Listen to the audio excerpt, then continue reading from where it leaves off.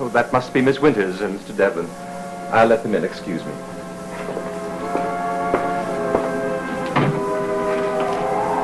Miss Winters. Hello, Mr. Collins. May I say how lovely you look? Thank you. Hello, Collins.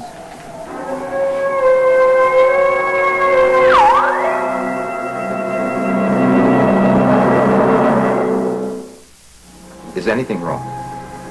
No, of course not.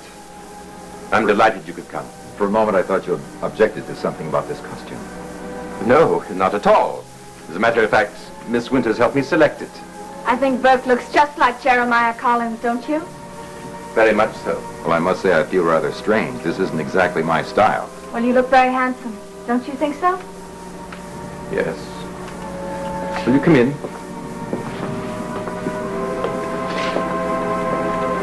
Hello, Liz. Carolyn. Hi. Devlin. I'm sorry we're late. It was my fault. Oh, it's quite all right. Would you care for some claret, Cap? Please.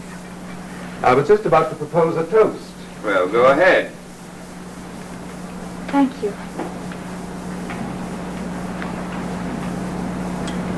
To the past and all its remembered glories. To the past.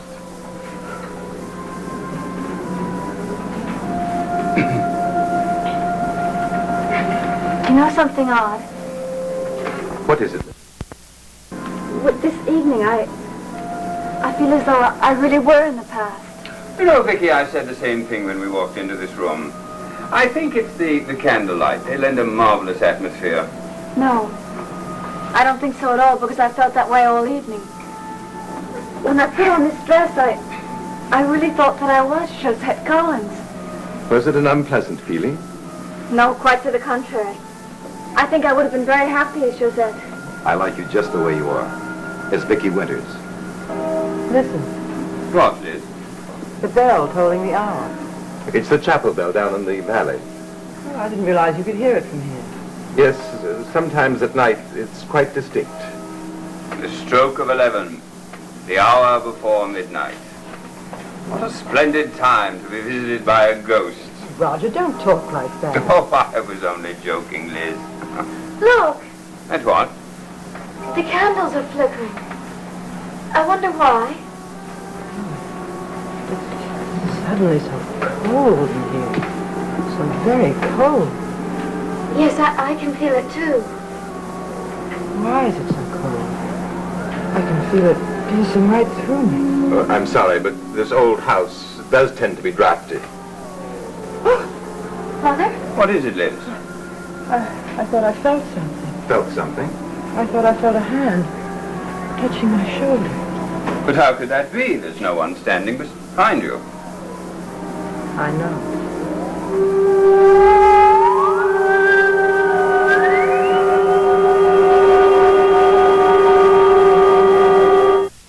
Mother, it must have been your imagination. It seems so real. You've been very nervous all evening. Now you're starting to imagine things. Perhaps. I think Carolyn is probably right. Of course, this house tends to work in the imagination. Are you sure it was Liz's imagination? Could you have been touched by a ghost, Liz? A ghost. You must be joking. No, I've never been more serious in my life. We all know of the legends of Collingwood. The ghosts from the past that come back to haunt this house. What if one of them was trying to contact you for some reason? I think we should meet it halfway. How do you mean? I think we should have a seance. Seance? Yes. I think that one of our ancestors is in this room. It may be Joshua or Millicent or Naomi or perhaps Josette. And it's trying to contact us. I think we should find out why. And the answer to that is to have a seance. Roger, I must warn you, I'm not overly fond of parlor games. Oh, but this isn't a game. We had a seance once, and to my amazement, it was quite successful. I think we should try it again. There's no doubt that it won't harm us, and it might be fun. I must protest. So, Roger, you're being absurd. No, I think we should.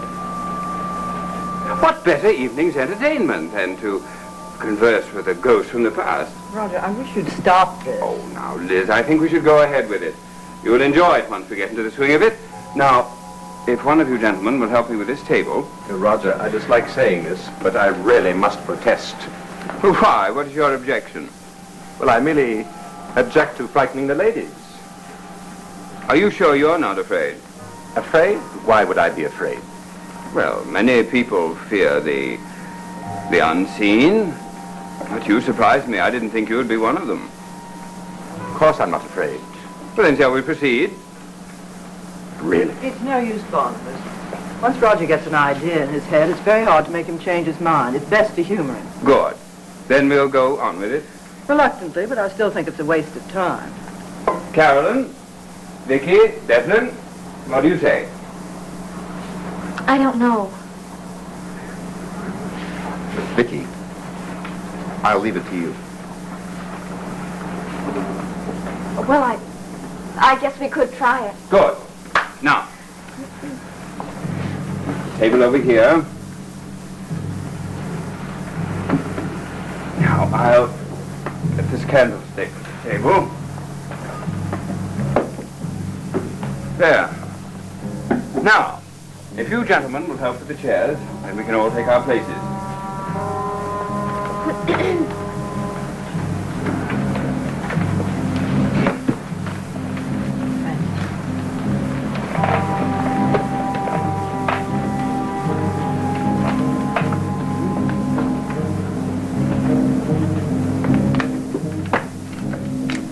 Now, pardon me.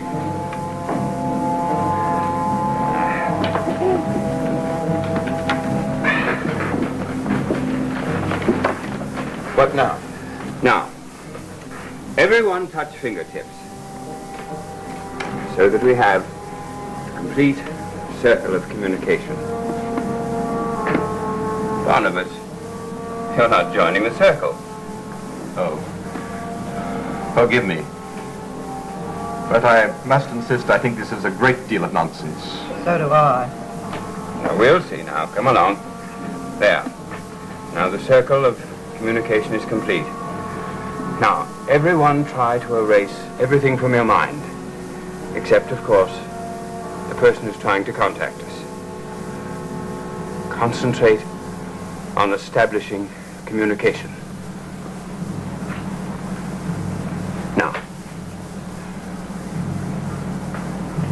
who is here with us? Who is in this room? Who is trying to communicate with us? Is it you, Joshua? Naomi? Millicent? Josette? Do you think it could be Josette? Shh, Vicky, concentrate. Sorry. Who's here? Who's in this room? Who are you? We're waiting for you to contact us. We are waiting. Nothing's going to happen. Oh, Liz, please. Speak to us. Whoever you are, we're waiting. We're waiting. Speak to us.